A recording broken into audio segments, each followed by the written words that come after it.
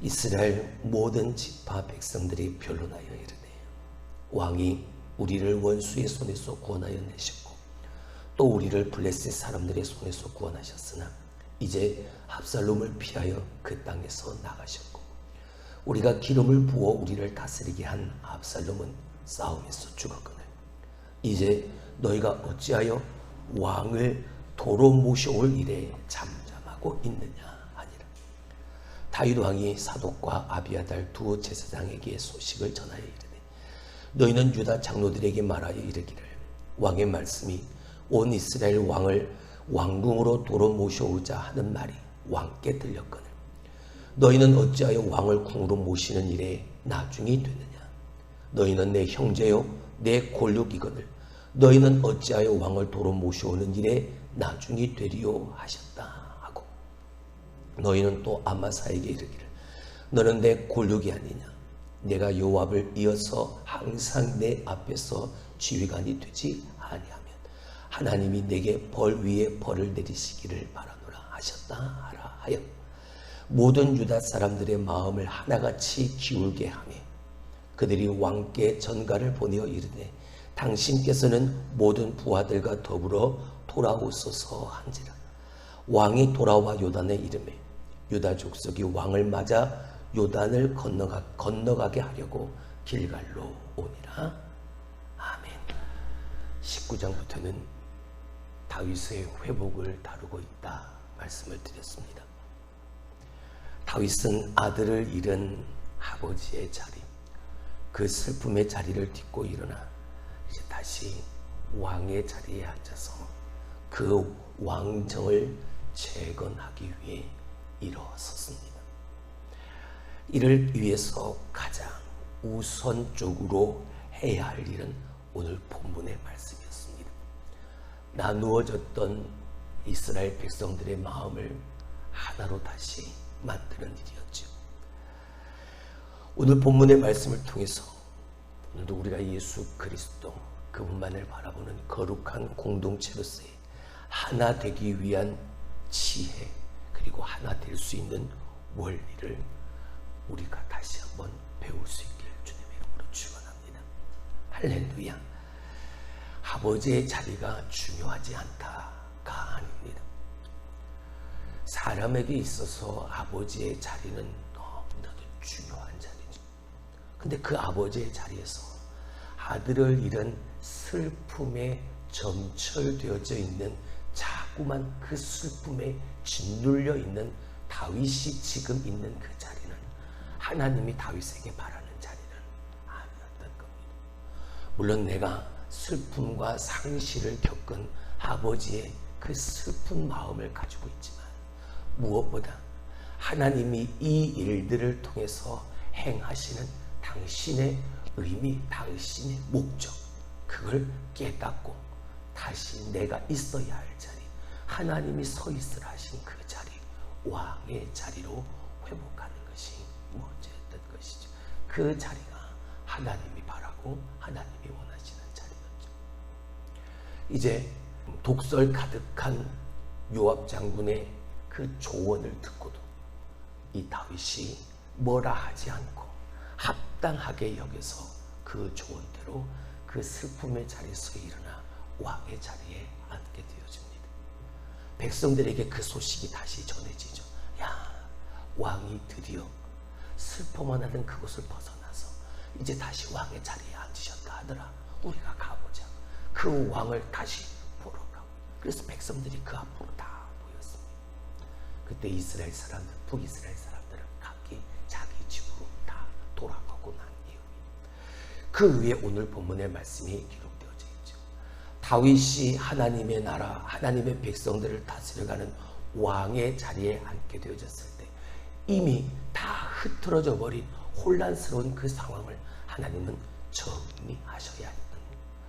사람의 생각, 사람의 방법이 깃든 인간적 방법으로 행하는 것이 아니라 이 일을 행함에 있어서도 하나님은 당신의 뜻, 당신의 생각, 당신의 모든 것이 다윗이 행하는 그 일을 통해서 사람들에게 보이도록 하셨습니다. 자, 오늘 우리가 본문의 말씀을 읽었는데 다윗을 다시 왕정의 자리에 왕정을 베풀어가는 그 일을 위해 다윗을 다시 모셔오자, 다윗을 다시 세우자라는 회복의 여론이 일기 시작하죠. 근데 그 회복의 여론이 어디에서부터 시작되어졌는가? 지금 이 다윗의 출신인 남쪽 유다, 특별히 유다에서부터 시작되어진 게 아니었습니다. 대적하고 싸웠던, 물론 같은 한 민족이지만 압살롬을 따라 다윗을 대적했던 그 북쪽 이스라엘 사람들을 대표로 하고 있는 그 대적했던 자들의 가운데서 다윗을 다시 돌아오게 하자라는 그 회복의 여론이 일어나고 있었죠. 자, 우리 9절의 말씀을 봅니다. 이스라엘 모든 지파 백성들이 변론하여 이르되 왕이 우리를 원수의 손에서 구원하여 내셨고 또 우리를 블레셋 사람들의 손에서 구원하셨으나 이제 압살롬을 피하여 그 땅에서 나가셨고, 자기들 생각에 이것이 옳다 여겨 압살롬에게 함께했던 그 대적자들이 이제 압살롬이 죽고, 이 사람들 오늘 성경에 기록되어져 있는 그 표현 그대로를 빈다면 압살롬을 피하여 하나님이 우리를, 그 땅을 하나님이 떠나셨고, 우리에게서 하나님의 역사가, 우리에게서 하나님의 은혜가, 우리에게서 하나님의 능력이 떠났음을 그들은 보여지는 상황을 통해서 알게 되어진 거죠. 더 중요한 건 지금 내가 맞닥뜨린 이 현실 속에서 바라보는 겁니다. 우리가 스스로 좋게 여겨서 스스로 기름을 부어 왕으로 삼았던 압살롬이 죽은 이 사건을 통해서 이 현실 속에서 그들이 지금 바라보는 건 오늘 맞닥뜨린 지금 바로 여기서 일어나는 일이 아니었습니다.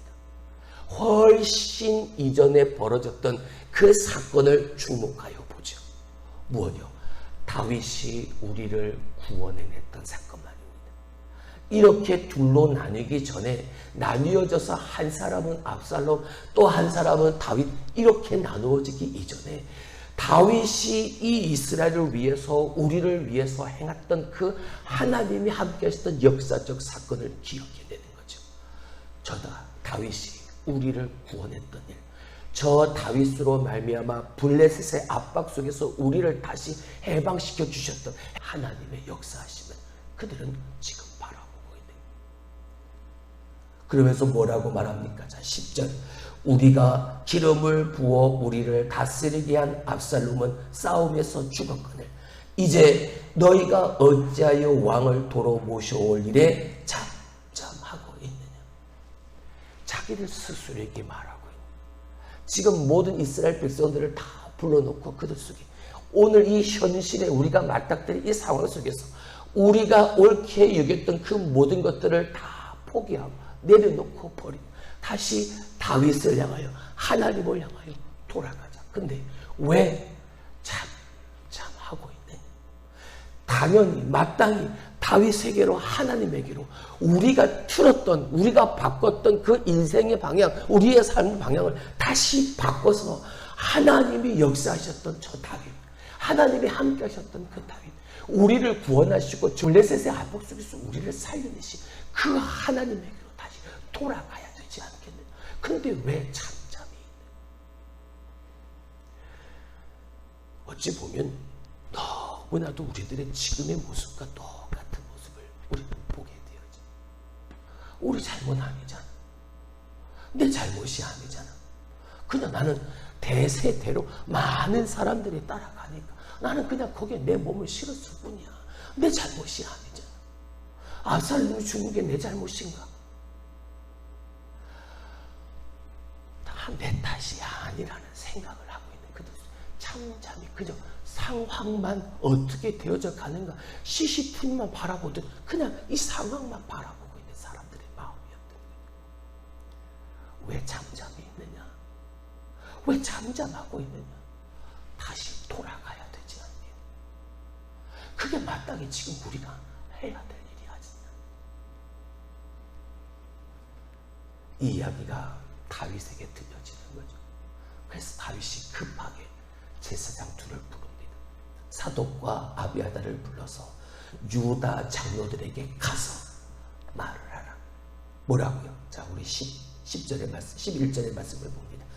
다윗 왕의 사독과 아비아달 두 제사장에게 소식을 전하여 이르되 너희는 유다 장로들에게 말하여 이르기를 왕의 말씀이 온 이스라엘이 왕을 왕궁으로 도로 모셔오자 하는 말이 왕께 들렸거늘 너희는 어찌하여 왕을 궁으로 모시는 일에 나중이 되느냐.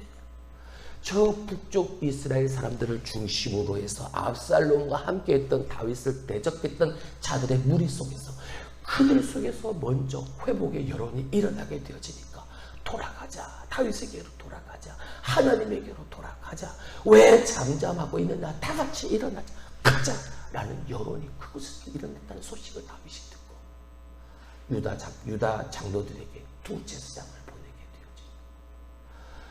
저들도 저렇게 회복의 여론을 일으켜서 다시 돌아가자라고 저들이 먼저 저렇게 말하고, 그런데 너희는 왜 지체하고 너희가 왜 먼저 스스로 나중에 되려고 하느냐.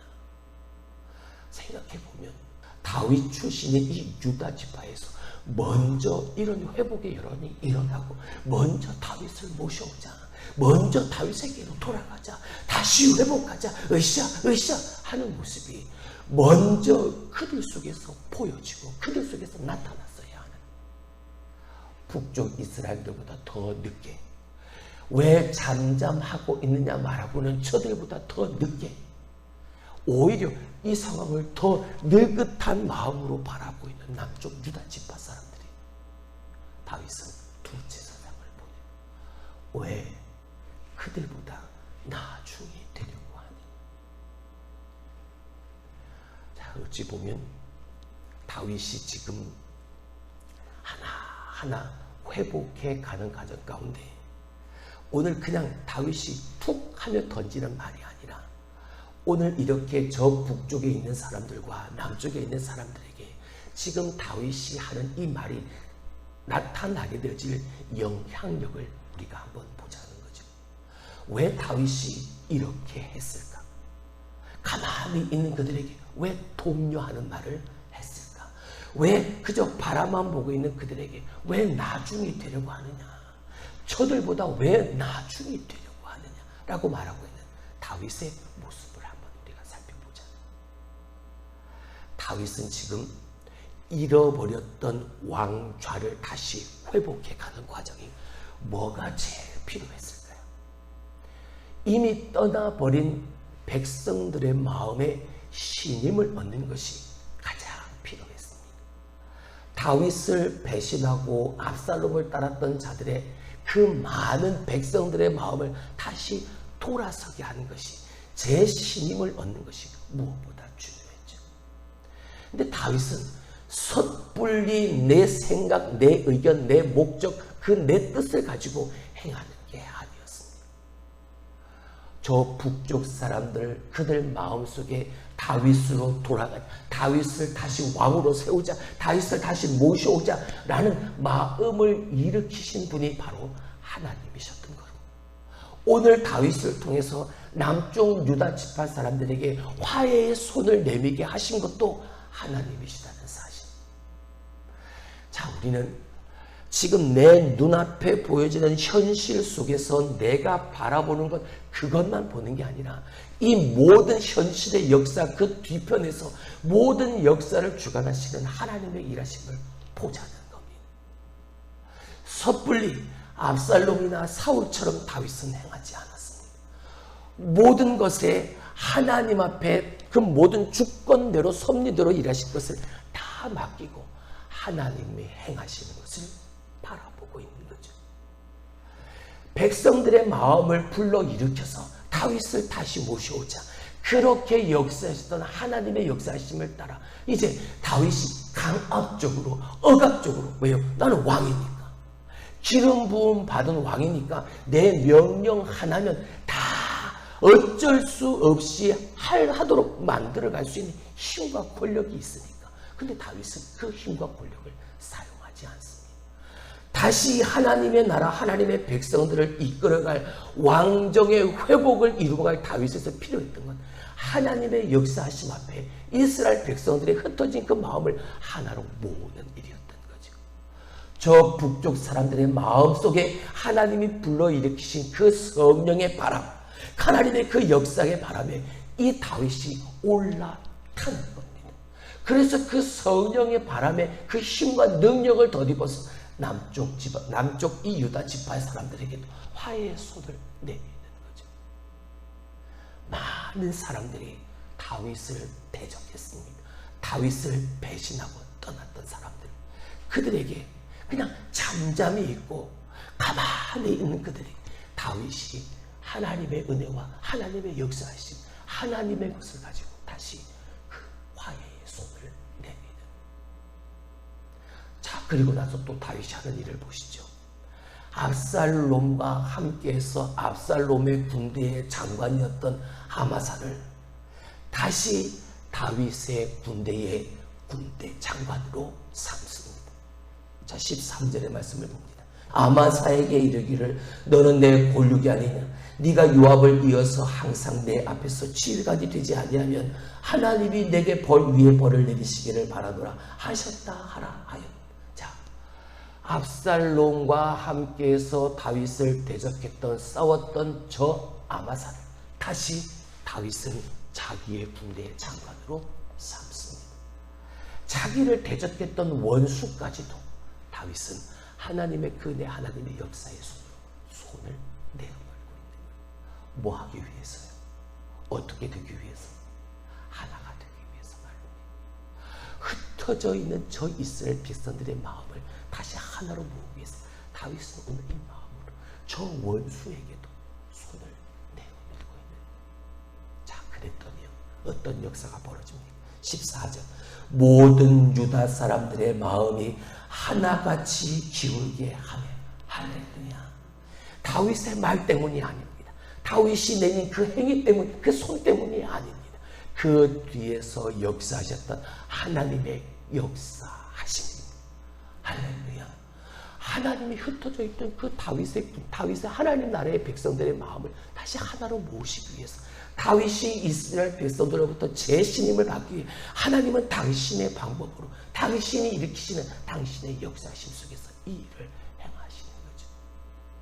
저 북쪽 이스라엘 사람들의 마음에도, 남유다 사람들의 마음에도, 아마사의 마음에도, 무엇보다 다윗의 마음에도 그 마음을 허락하셔서 다시 하나가 되어지는 그 회복을 이루게 되어지는. 온 모든 유다 사람들의 마음이 하나같이 기울어졌다. 다시 하나 되어졌음을 우리에게 보여줍니다. 다시 한번 강조하지만 하나님의 역사하심, 공동체의 전체의 회복은 단 한 번에 이루어지지 않습니다. 그리고 탁월한 능력을 가지고 있는 한 사람에 의해서도 이루어지는 게 아닙니다. 공동체 안에서 영향력 있는 사람들과 함께 그 비전을 공유하고 그 공유되어진 하나님의 마음을 가지고 서로 자신이 할 수 있는 그 일에 최선을 다하게 되어질 때, 먼저 하나님의 나라와 그 일을 생각하는 한 사람이 되어질 때 그 속에 기적이 일어나는 거죠. 다윗이 귀환하기 위해서, 다시 왕의 자리에 가기 위해서 요단을 건널 때 이 마음으로 하나 되어진, 기울어진 이 유다 백성들이 길갈까지 다윗을 마중 나오게 되어집니다. 여러분, 이 길갈로 마중 나온 유다 백성들, 그리고 그 길갈에서 다시 그들을 만난 다윗, 이 길갈이 가지고 있는 의미와 그 분명한 목적이 있는 거죠. 여러분, 길갈이 어떤 곳입니까? 과거의 이스라엘 백성들이 애굽에서 그들을 구원하여 내셨던 하나님의 그 역사심에 대한 기념비를 쌓았던 장소가 바로 이 길갈입니다. 하나님이 우리를 구원하셨다. 하나님이 애굽에서 우리를 살려내셨다. 우리 자손 대대로 이 기념비를 보고 그 하나님을 기억하게 만들자. 하나님이 역사하셨던 장소죠. 이스라엘 선조들이 장차 얻게 되어질 그 기업을 소망하며 바라보았던 장소가 바로 그 길갈이었다. 과거의 하나님의 역사, 어제까지 하나님의 역사가 깃들어 기억되어지는 장소가 길갈이었고, 내일 하나님이 우리에게 어떤 하나님의 역사를 베푸실까, 그것을 기대하는 자리가 길갈이었던, 다시 그 길갈에 백성들과 다윗이 모이는 만남. 하나님의 일하심이 정말 얼마나 기가 막힌지 모릅니다. 흩어져 있던 백성들의 마음을 하나로 모으게 하시고, 그들 안에 성령의 바람을 불러 일으키시고 부흥의 파도를 일으키셔서 그 자기들 안에 있는 믿음으로 반응하여 하나님의 그 역사심에 올라탄 이스라엘 백성들이 다시 다윗을 만납니다. 어디에서? 길갈에서. 하나님의 역사하셨던 걸 기억하는 장소, 하나님이 역사하실 것을 기대하는 장소, 그 길갈에서 다시 그들이 만나는 거죠. 할렐루야. 우리가 섬기는 교회가, 우리 성당제일교회가 과거의 하나님의 역사를 기억하는 장소, 그리고 내일 하나님이 베푸실 그 하나님의 역사를 기대하는 장소, 바로 그 길갈과 같은 장소가 되어져서 그곳에서 하나님을 만나는, 바로 여기서 하나님을 만나는, 모두가 다 회복을 꿈꾸고 변화를 꿈꾸고 이 자리에서 나에게 다시 역사하실 그 하나님 앞에 다시 믿음으로 반응하여 그 자리에서 만나는, 이스라엘 백성들의 모습은 인간적으로 바라볼 때 참 변덕스럽게 끝이 없죠. 하지만 다윗은 인간적 마음으로 그들을 대하지 않습니다. 감정적으로 대하지 않고 하나됨의 목적을 이루기 위해 그는 하나님이 이스라엘 백성들로부터 재심을 받기 위한 방법으로 그는 그 자리에 서 있는 겁니다. 공동체의 회복은 거저 이루어지지 않습니다.